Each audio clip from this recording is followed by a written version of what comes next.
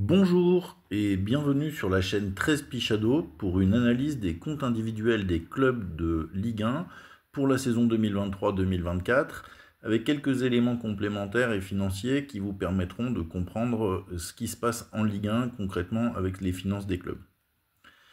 Donc là, je me suis basé principalement sur les chiffres de la DNCG. J'ai cherché à décomposer entre ce qui était toute la Ligue 1, le Paris Saint-Germain qui est un petit peu particulier au milieu de la Ligue 1, comme on le sait, et qui représente une grosse partie du chiffre d'affaires total de la Ligue 1 et des charges totales de la Ligue 1, avec un comportement qui est un petit peu différent des autres, comme on peut le constater.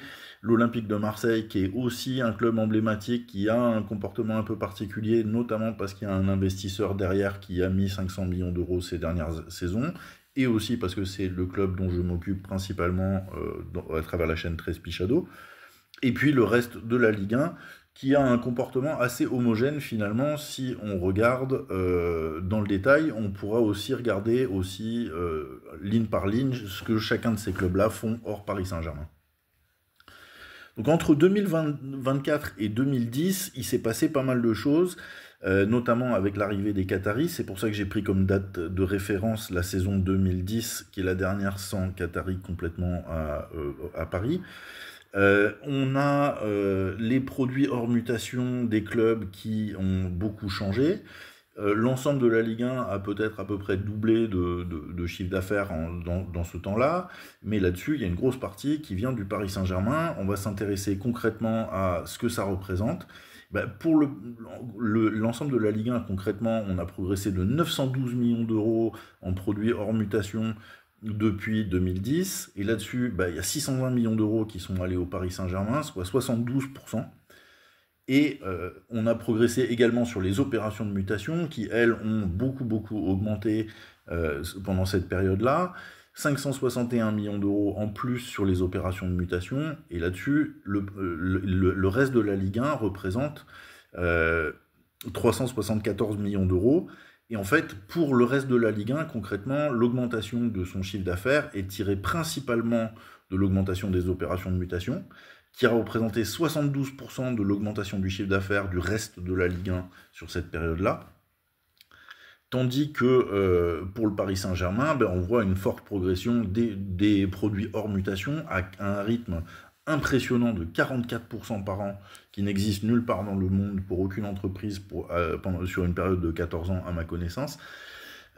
C'est une performance qui n'est possible qu'avec un investissement colossal des Qataris, notamment à travers des investissements en capital, mais aussi à travers toutes sortes de contrats de sponsoring et autres revenus qui ont été gonflés, notamment pendant les premières années. C'est moins le cas aujourd'hui, mais on peut quand même constater que le Paris Saint-Germain a capté une très grosse partie de l'augmentation du chiffre d'affaires de la Ligue 1, et que hors produit de mutation, le reste de la Ligue 1 progresse à peine de 1% par an. L'évolution de la valeur des effectifs pendant la même période, on était à une époque, en janvier 2011, où l'Olympique lyonnais était le club qui avait la valorisation la plus élevée, à 200 millions d'euros à peu près, quand les Qataris sont arrivés. Aujourd'hui, les Qataris ont réussi à tirer le Paris Saint-Germain jusqu'à 870 millions d'euros de valeur d'effectifs au moment où je vous parle. Ce qui est satisfaisant d'une certaine manière, dans la mesure où ça a permis à l'ensemble de la Ligue 1 de progresser, mais ça se traduit principalement par une activité de transfert démesurée, avec notamment 1,4 milliard d'euros investis net par les Qataris sur cette période-là sur le marché des transferts. Pendant qu'un club comme l'Olympique de Marseille, par exemple, a investi 235 millions d'euros, et est un des seuls clubs de Ligue 1 qui a investi en net sur le marché des transferts pendant cette période-là. La plupart des clubs de Ligue 1 sont dépendants d'un solde positif de leur activité transfert sur une durée longue, et on voit que la plupart des clubs de Ligue 1 ont même encaissé une centaine de millions d'euros ou plus sur cette durée de 15 ans en transfert. Donc que tous les ans, concrètement, ça représente 7, 10, 15, 20 millions d'euros dans leur budget pour boucler leur budget. On voit que les clubs de Ligue 1 sont très performants en matière de trading, dans la mesure où, par rapport au montant des achats qu'ils font, le montant de la progression de la valeur de leur effectif sur cette période-là et le montant des ventes qui sont effectuées, ben on voit qu'il y a énormément de valeur qui a été créée en transfert par les petits clubs de Ligue 1, qu'on voit avec des flèches vertes dans la colonne de droite. Ces clubs qui ont des flèches vertes, concrètement, c'est des clubs qui investissent peu en transfert et qui néanmoins créent beaucoup de valeur. A l'inverse, on a des clubs comme le Paris Saint-Germain et comme l'Olympique de Marseille qui ont beau investir beaucoup d'argent sur le marché des transferts, ne créent pas autant de valeur que ce que ces investissements devraient justifier. En termes de profitabilité, alors j'ai pas pu mettre le Paris Saint-Germain sur ce graphique, sinon on verrait pas plus les autres. Donc là, on va s'intéresser aux autres clubs de Ligue 1 qui ont une gestion plutôt normale, entre guillemets. On voit ressortir quand même des leaders là-dedans, Lyon et Marseille qui sont nettement au-dessus des autres en termes de budget, Monaco qui se retrouve distancié aujourd'hui et plutôt dans un deuxième paquet avec Lens, Lille, Monaco, Nice et Rennes. On a Rennes qui a notamment des charges hors mutation qui sont délirantes par rapport à ses produits, Monaco également.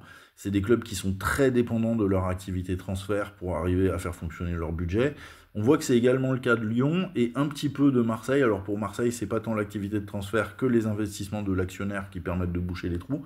Mais on voit quand même de manière répétée que quasiment tous les clubs de Ligue 1 ont la barre orange qui est plus grande que la barre bleue et donc perdent de l'argent hors mutation. Sur le plan de la répartition des droits, des revenus des clubs de Ligue 1, on a les droits audiovisuels, on a du sponsoring et de la publicité qui est la petite barre verte, on a des recettes match et des autres produits. Alors dans les autres produits, il y a notamment les produits des paiements de CVC en principe.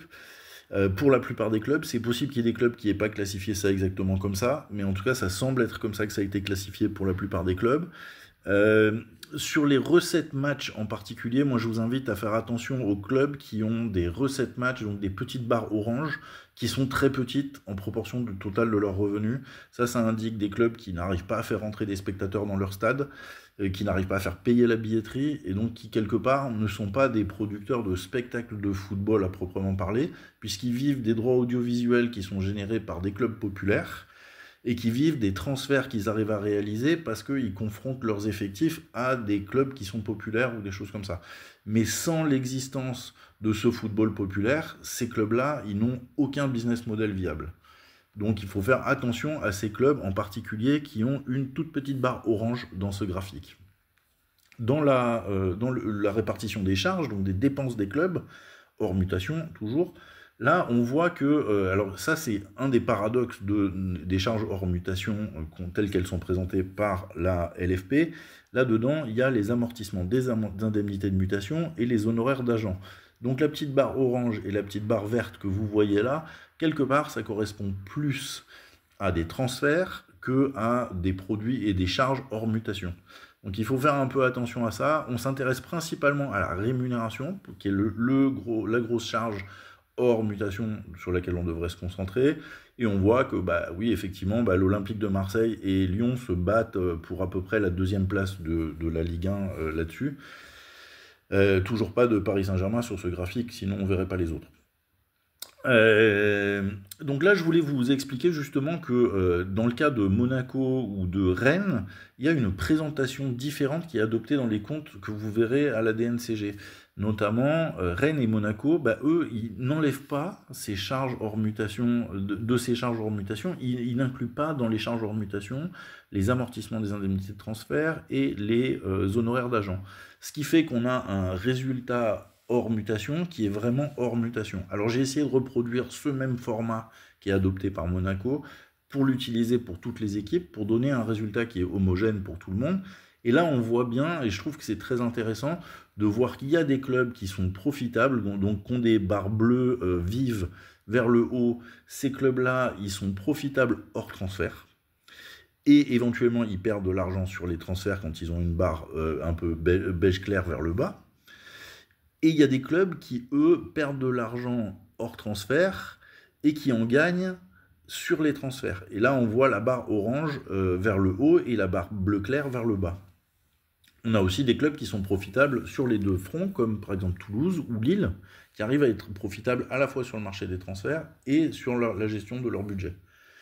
Mais dans l'ensemble, on a des clubs qui ont des business models qui sont assez différents. On va pouvoir l'étudier en détail plus tard.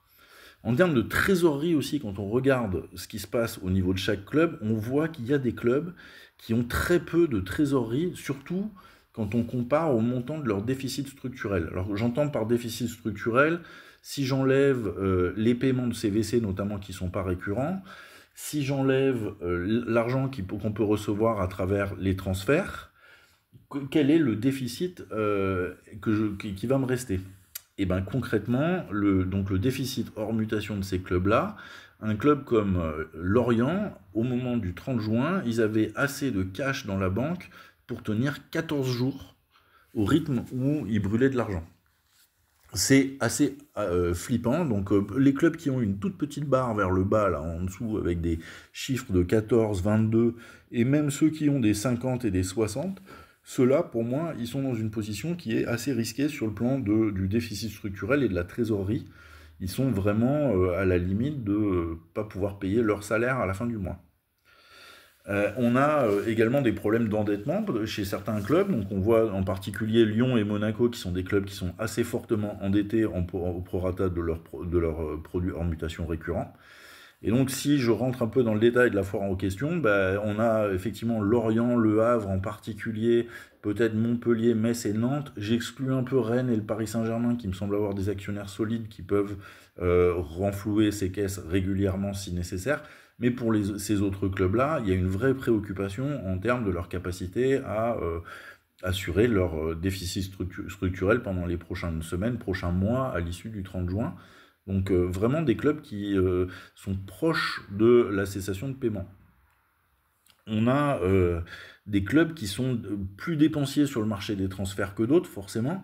Donc si j'essaie de regarder en termes de valeur créée pour 1000 € investis sur une durée de 5 ans, on voit que, par exemple, le Paris Saint-Germain, quand ils mettent 1000 € sur le marché des transferts, ils ont des joueurs qui valent 578 € à la fin du mois.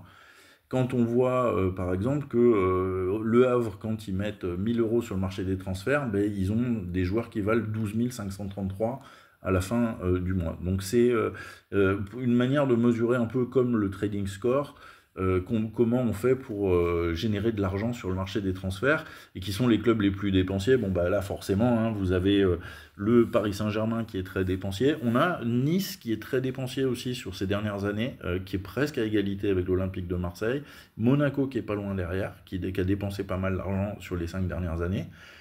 La plupart de ces clubs-là, ils sont en train de construire un effectif. Je pense en particulier à Monaco qui, même en dépensant beaucoup d'argent, a aussi généré beaucoup de valeur d'effectifs et du coup a un impact trading positif sur ces années-là. Mais dans l'ensemble, on a aussi des clubs qui investissent très peu sur le marché des transferts, qui ont plutôt vendu qu'acheté ces dernières années. Et là, on se retrouve avec des trading scores très élevés, au-delà de 50 voire 100%, avec des clubs qui reposent vraiment plus sur la formation, leur capacité éventuellement à développer des joueurs, leur capacité à acheter des joueurs pas chers et les revendre très chers. Ça c'est un business model qu'on va retrouver un peu plus tard et qu'on va analyser plus dans le détail.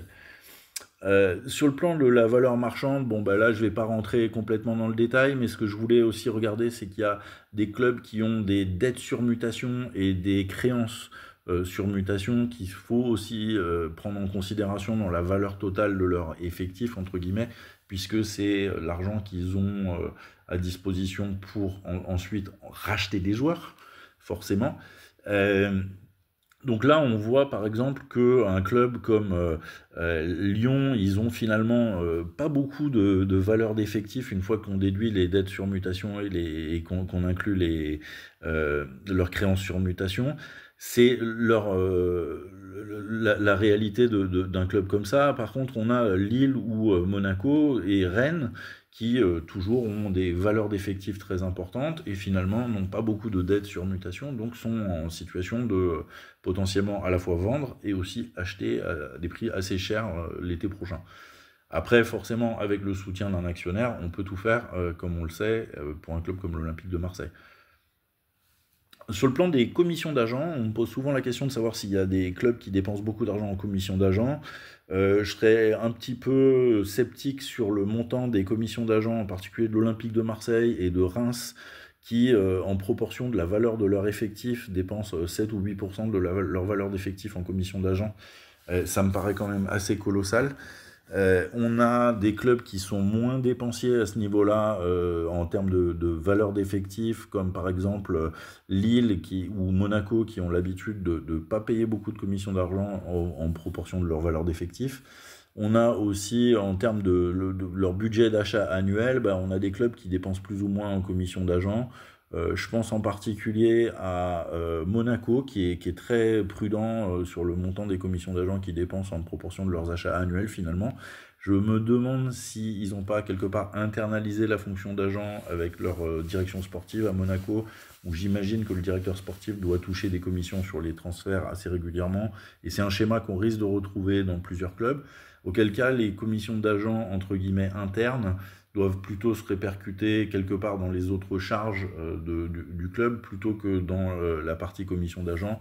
Donc ça peut un peu fausser le jeu pour les clubs qui ont une direction sportive qui fonctionne un peu sur le modèle incentive, un peu qu'on peut retrouver notamment à Monaco ou à Lille, j'imagine. Peut-être à Marseille aussi d'ailleurs.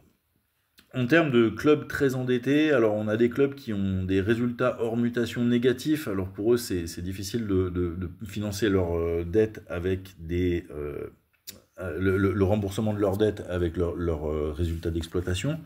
On a aussi des clubs qui ont des produits hors mutation plus ou moins importants. Et on a des clubs qui ont plus ou moins de capitaux propres. Et j'ai essayé de mesurer en gros la dette en proportion de ces trois choses pour vous montrer les clubs qui sont plus ou moins endettés. On voit en particulier là-dedans que Marseille finalement c'est un des clubs relativement peu endettés de la Ligue 1, avec des clubs comme Toulouse et Clermont, et Brest aussi, ou Nice, qui sont des clubs qui n'ont pas trop de problèmes d'endettement. Lille a plus trop de problèmes d'endettement, on a eu dans un passé récent. En revanche, on est tous conscients du fait que je pense que Lyon en particulier a des vrais gros problèmes d'endettement, mais c'est aussi potentiellement le cas pour des clubs comme Monaco ou Le Havre qui ont des problèmes d'endettement en perspective à résoudre. Le Havre a un problème de capitaux propres négatifs à résoudre très, très rapidement. On a du côté de la répartition du chiffre d'affaires, vous pouvez voir qu'il y a une répartition différente selon les clubs du chiffre d'affaires. Donc là-dessus, je vous ai fait les graphiques plus tôt. On peut aussi regarder dans le détail les clubs qui dépensent le plus de charges opérationnelles. Et donc on a les clubs qui ont une rémunération du personnel chargé qui dépasse les 80 millions d'euros en bleu, qui sont du coup ceux du groupe 1 selon la classification de la DNCG, qui sont des clubs qui visent la Ligue Europa. On a des clubs du groupe 2 que j'ai laissé en blanc, et les clubs du groupe 3 qui sont ceux qui sont menacés par la relégation avec une masse salariale inférieure à 40 millions d'euros. Et du coup, on essaie de visualiser ça, et ce qui est intéressant là-dedans, c'est de voir que c'est pas parce qu'on a forcément le budget pour aller du coup en Coupe d'Europe qu'on va en Coupe d'Europe. Il y a des clubs comme Brest, Lille et Reims qui ne devraient pas avoir le budget pour être en Coupe d'Europe, mais qui sont mieux classés que Rennes en particulier. Et on a des clubs qui sont en bas de classement, qui devraient être en bas de classement comme Toulouse ou Le Havre, qui arrivent à se sauver, alors que Lorient descend avec un budget supérieur. Mais malgré tout, il y a quand même une certaine logique qui se respecte avec les budgets, et on peut faire des miracles peut-être un an, mais c'est pas dit par exemple qu'un club comme Brest ou Reims sera capable de répéter ce genre d'exploit la saison suivante. C'est pas dit non plus qu'un club comme l'OM reste aussi mal classé malgré son budget très élevé. Sur le plan de la répartition de la masse salariale, on a des données qui sont données dans l'annexe du rapport des comptes, qui sont plutôt des données au niveau consolidé, mais qui nous permettent de répartir en fait la masse salariale entre ce qui est des cotisations sociales, ce qui est des autres joueurs et salariés qui sont dans le foot, mais qui sont pas dans l'équipe première, ce qui pourrait être le staff de l'équipe première et ce qui pourrait être les joueurs de l'équipe première. Alors la répartition là, elle n'est pas club par club, elle est sur l'ensemble de la Ligue 1, donc c'est forcément pas des données très précises, mais ça nous donne des ordres de grandeur et ça nous permet de faire correspondre aussi à peu près la colonne de droite qui sont les joueurs de l'équipe A avec les données qu'on retrouve chez Capology notamment. en pensant quand même que les joueurs de l'équipe A, ça intègre des primes, et que les primes, ça représente entre 5 et 10%, grosso modo, du total. Donc si on enlève 10% à la colonne de droite, on doit retomber à peu près sur les chiffres de Capology en théorie.